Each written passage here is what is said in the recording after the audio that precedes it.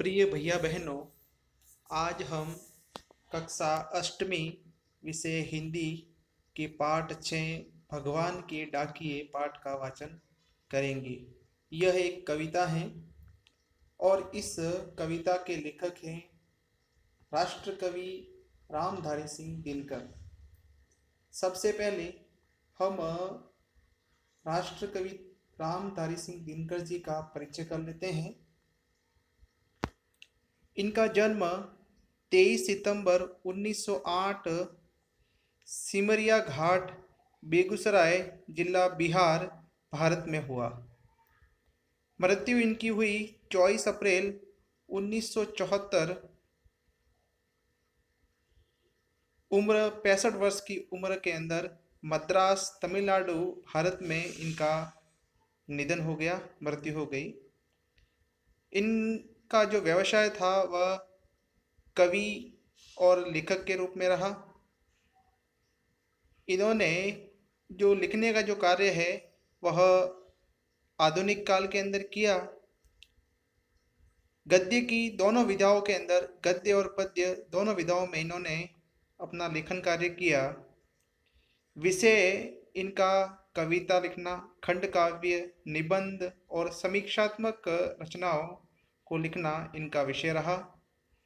साहित्यिक आंदोलन के अंदर राष्ट्रवाद और प्रगतिवाद के अंदर इन्होंने अपनी रचनाएं लिखी हैं।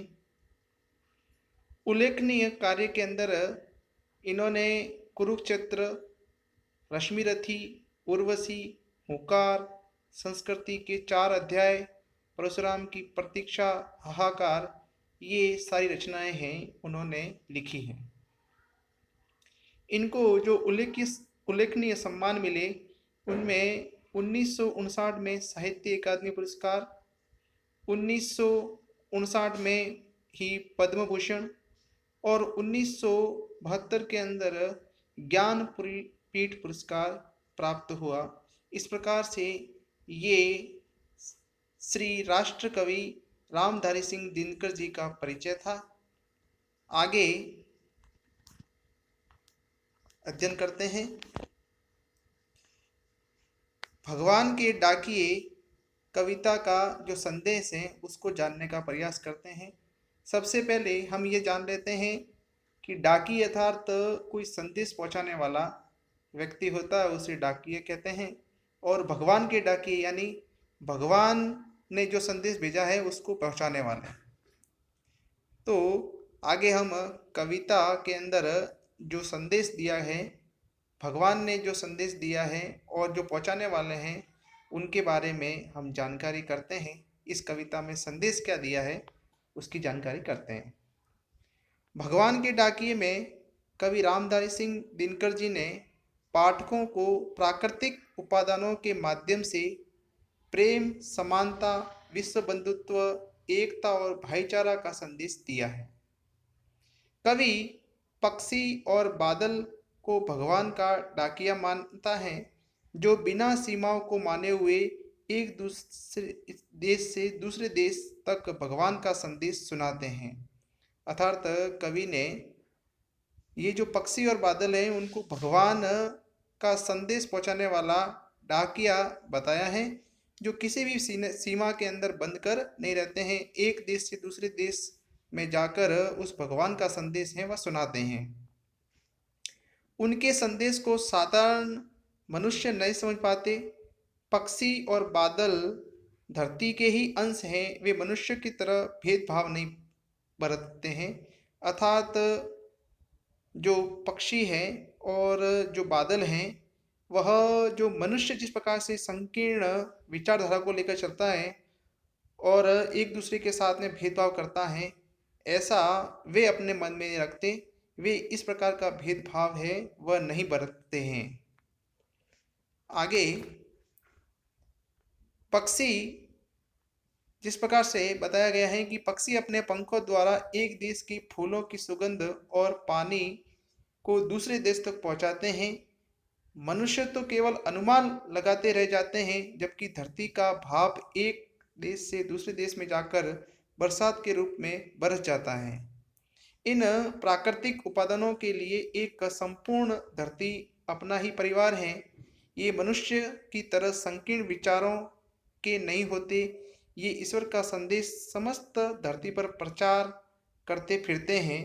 देश की सीमाएं सिर्फ मनुष्य के लिए हैं। भगवान के डाकिए पक्षी और बादल पेड़ और पानी के लिए नहीं, उनके लिए समस्त जगत एक परिवार है।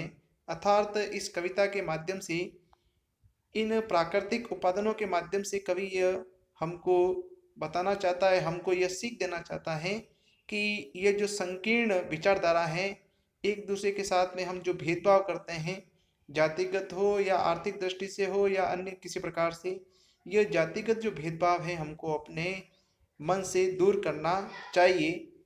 यह संदेश इस कविता के माध्यम से कवि ने हमको दिया है। आगे हैं भगवान के डाकिए कविता के जो प्रथम जो पद्यांश हैं उसका हम सस्वर वाचन करते हैं और इसके अर्थ को जानने का प्रयास करते हैं। सबसे पहले इस प्रथम पद्यांश का हम जो सस्वर वाचन करते हैं। पक्षी और बादल ये भगवान के डाकिए हैं, जो एक महादेश से दूसरे महादेश को जाते हैं। हम तो समझ नहीं पाते हैं, मगर इनकी लाई चिट्ठियां पेड़ पौधे और पहाड़ बाँचते हैं। कवि कहता है कि पक्षी और बादल ये भगवान के डाकिए हैं, जो एक महादेश से दूसरे महादेश को जाते हैं। हम तो समझ नहीं पाते, मगर उनकी लाई चिट्ठियां पेड़ पौधे पानी और पहाड़ बाँचते हैं। इस पद्यांश की जो शब्दार्थ हैं, डाकिए यानी संदेश वाहक, संदेश पहुंचाने वाले।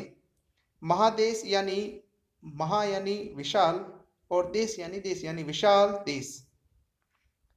बाँचते हैं अर्थात पढ़ते हैं। ये शब्दार्थ है वह अपनी नोटबुक में सभी भैया बहन भी लिखे हैं। आगे इस जो पद्यांश है उसका अर्थ जानने का प्रयास करते हैं। प्रस्तुत पंक्तियों में कवि दिनकर जी ने बताया है कि पक्षी और बादल भगवान के डाकिए हैं।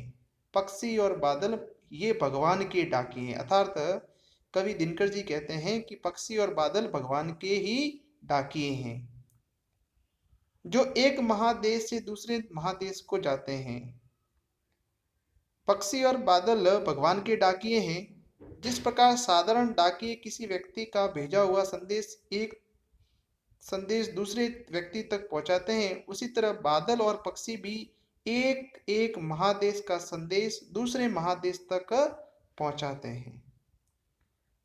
हम तो समझ नहीं पाते, मगर उनकी लाई चिट्ठियां पेड़ पौधे पानी और पहाड़ बाँचते हैं। मनुष्य अपनी संकीर्ण विचारों के कारण भगवान की भेजी हुई चिट्ठियां समझ नहीं पाते, जो संदेश है उसको समझ नहीं पाते, लेकिन पेड़ पौधे पानी और पहाड़ उनके संदेशों को समझ पाते हैं और पूरे धरती को ईश्वर के भेजे हुए संदेशों को सुनाते हैं। यानी वह स्वयं जो पक्षी बादल और पहाड़ हैं, वे उस संदेश को, भगवान का जो संदेश है उसको सब तक पहुंचाते हैं, उस संदेश को सब तक सुनाते हैं। इस प्रकार से आज हम इस कालांश के अंदर लेखक का परिचय और जो इस कविता का जो संदेश और इस प्रथम जो पद्यांश है उसके भावार्थ को ही समझेंगे। आगे अपनी जो आने वाली अगली जो कालांश है उसके अंदर हम इससे आगे जानने का प्रयास करेंगे।